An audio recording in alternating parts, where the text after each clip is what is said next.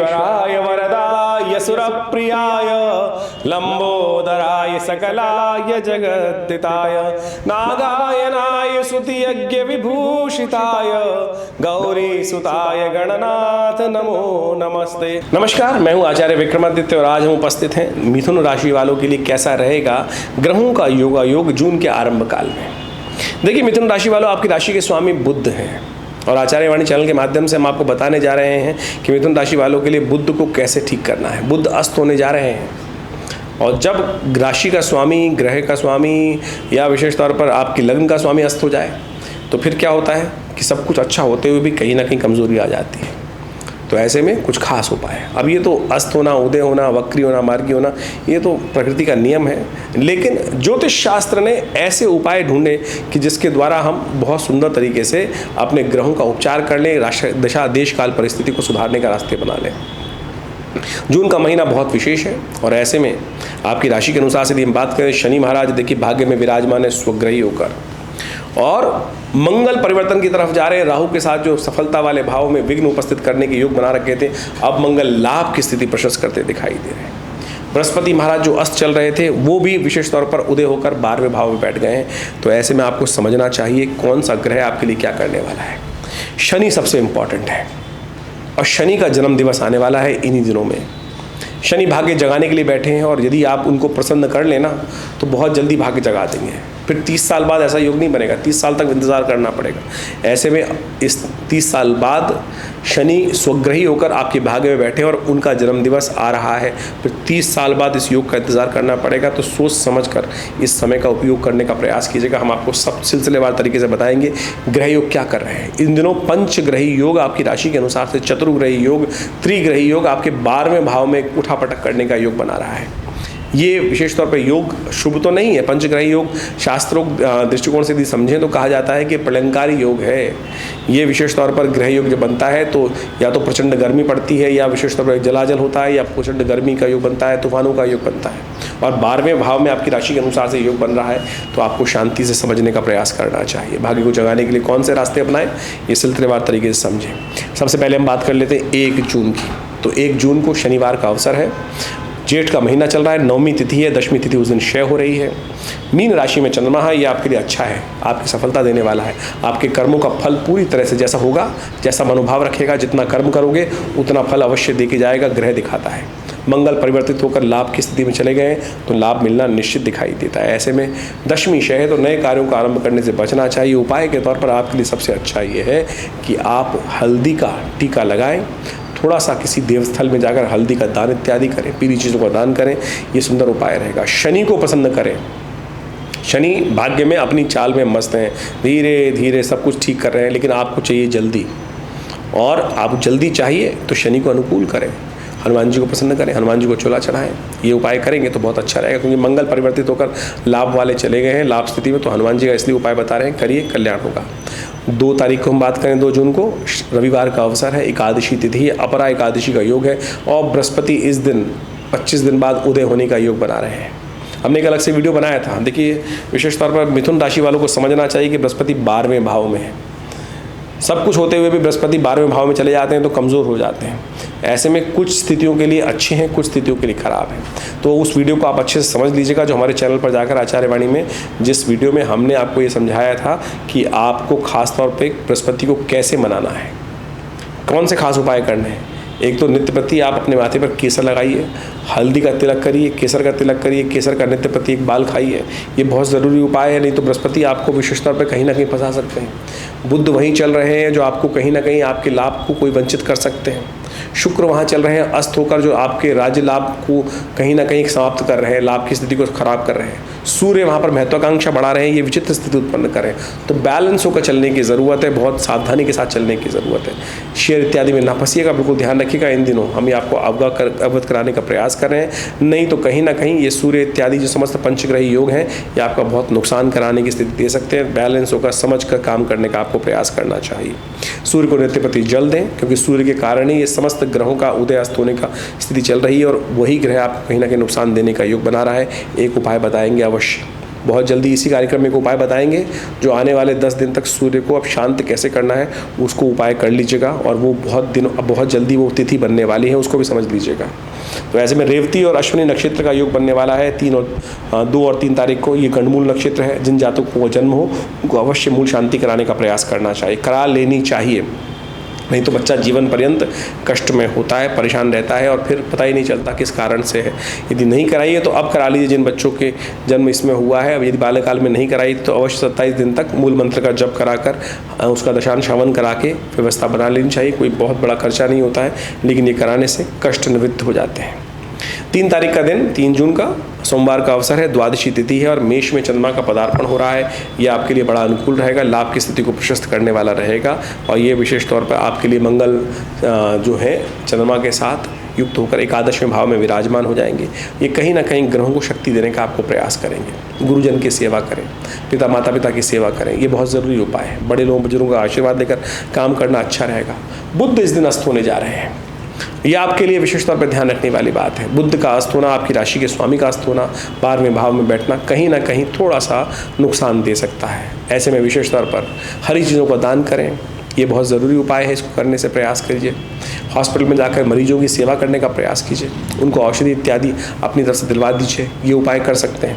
ऐसे में अपशब्द मुख से आने के लिए इस बात का ध्यान रखें, जितने अपशब्द मुख से निकलेंगे उतना ज़्यादा बुध और ख़राब हो जाएगा। तो ऐसे में कुछ ये उपाय हैं, इनको नोट करके कार्य करना चाहिए, आपको ध्यान रखना चाहिए। 4 तारीख की यदि हम बात करें तो 4 जून की विशेष तौर पर मिथुन राशि वालों के लिए ग्रहों का योग किस प्रकार से बन रहा है।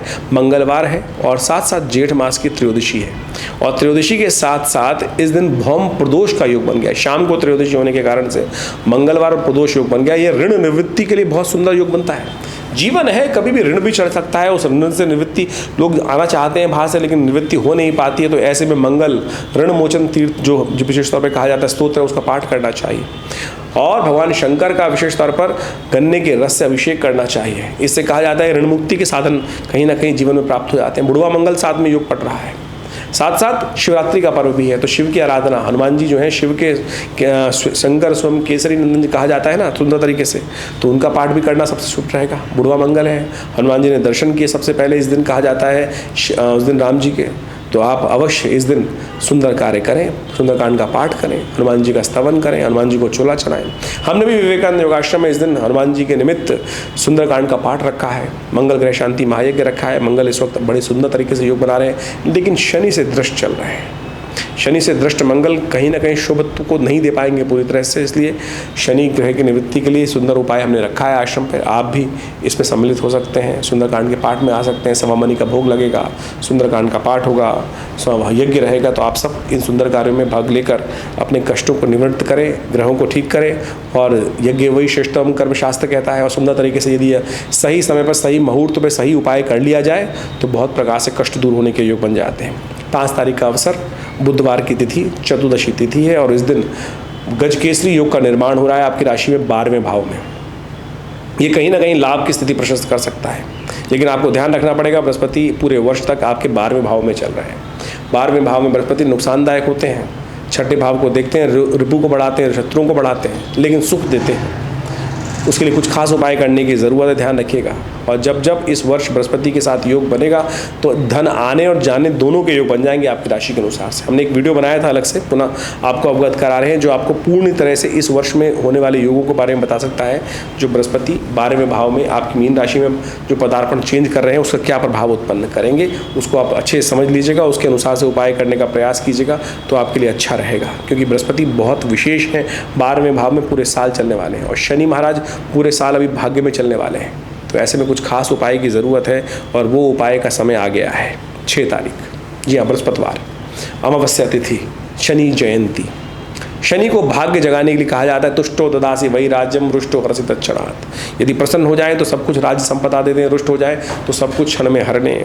शनि की जयंती है, शनि को प्रसन्न करने का अवसर है और शनि को प्रसन्न करने के लिए शास्त्र में अनेक उपाय बताए गए, अनेक मंत्र बताए गए, अनेक विधान उपस्थित किए हैं। उसी के निमित्त में अपने शरीर का एक तो सबसे पहले तो एक काम करें, इस दिन शनि के निमित्त भजन पूजन अवश्य करने का प्रयास करें, पीपल का पूजन करने का प्रयास करें, पिप्पलाद ऋषि की कथा का श्रवण करने का प्रयास करें। भविष्य पुराण के अंदर पिप्पलाद ऋषि की कथा आई है, उसको जो सुन लेता है कहा जाता है उसके समस्त कष्ट दूर हो जाते हैं। ये पिप्पलाद ऋषि की कथा बड़ी विचित्र है।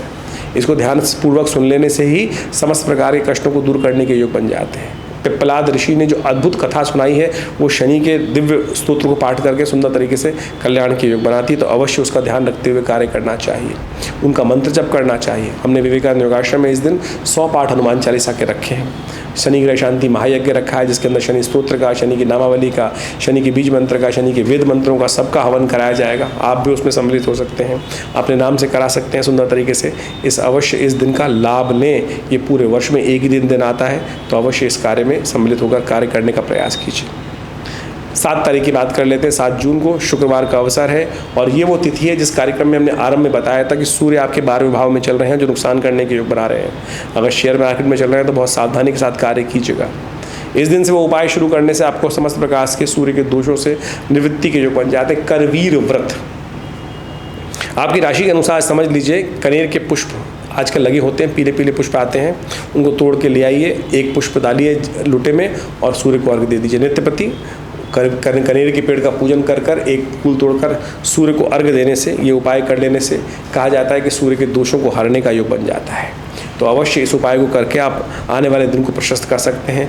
जो चंद्रमा का परिवर्तन हो रहा है, मिथुन राशि में आ रहे हैं, नई शक्ति का संचार करते दिखाई दे रहे हैं, तो इसका लाभ आपको अवश्य मिलता दिखाई दे रहा है। इसका ध्यान करते हुए कार्य करें। 8 तारीख का अवसर शनिवार की तिथि द्वितीया तिथि है और ये ग्रह योग आपके लिए पॉजिटिव साइन दिखाते दिखाई दे रहे हैं। ऐसे में कार्यों को पॉजिटिव वे में करने से आपके लिए अच्छा रहेगा, पर थोड़ी महत्वाकांक्षा ज़्यादा ना रखें, ओवर एम्बिशियस होकर कार्य ना करें, दाव पे न लगाएं, जुआ ना खेलें। इस बात का ध्यान रखते हुए कार्य करने की ज़रूरत है। बैलेंस होकर धीरे धीरे कार्य करने का प्रयास कीजिए, जल्दबाजी में ना फंसें, इस बात का ध्यान रखें। दुस्वाभाविकता से बचें, इस बात का ध्यान रखते हुए कार्य करने की ज़रूरत है।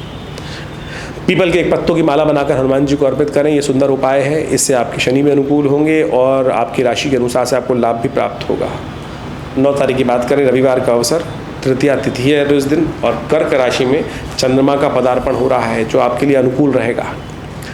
जो भी आप कार्य करेंगे, आरंभ करेंगे, उसमें शाम तक अच्छे पॉजिटिव रिजल्ट्स आने के आपको योग बन सकते हैं। सूर्य को प्रसन्न करें, महत्वाकांक्षा से बचें और कनेर के पुष्प का एक फूल लेकर, थोड़ी सी रोली लेकर, एक तांबे के लोटे में जल लेकर सूर्य को अर्घ्य दें। ये आपके लिए उपाय बहुत सुंदर है, इसको अवश्य करने का प्रयास कीजिए और लगातार करने का प्रयास करेंगे, अच्छा रहेगा। 10 तारीख का अवसर सोमवार है, उस दिन चतुर्थी तिथि विद्यमान है, रिक्ता तिथि है और भद्रा का योग है। नए कार्यों को आरंभ करने से बचना चाहिए। कार्यों में सफलता के लिए भगवान गणेश का, शिव का, पार्वती का पूजन करना अच्छा रहेगा।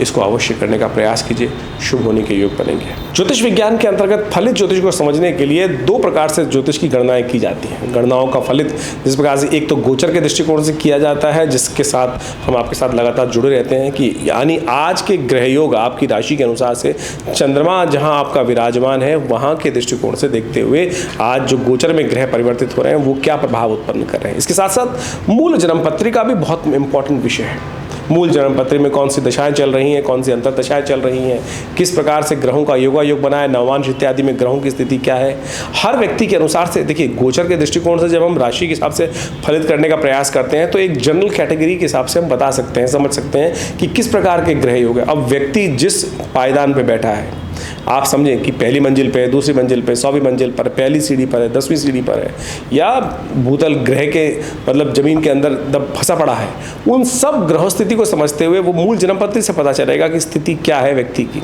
और फिर गोचर में ग्रह का परिवर्तन क्या हो रहा है, किस प्रकार से परिवर्तन का योग बन रहा है, उन सब चीज़ों की गणनाएं हम आपके समक्ष उपस्थित करते हैं। और जन्मपत्री को समझने के लिए एक गहन अध्ययन की आवश्यकता होती है। मूल जन्मपत्री को समझकर फिर गोचर की ग्रह दृष्टि को देखकर यदि गणनाओं को समझने का हम प्रयास करेंगे तो बहुत अद्भुत प्रकार से ग्रह योगों को हम समझ सकते हैं और उनके अनुसार से परिवर्तन का योग आपके लिए कैसा रहेगा वो सब बातें समझ में आ सकती हैं।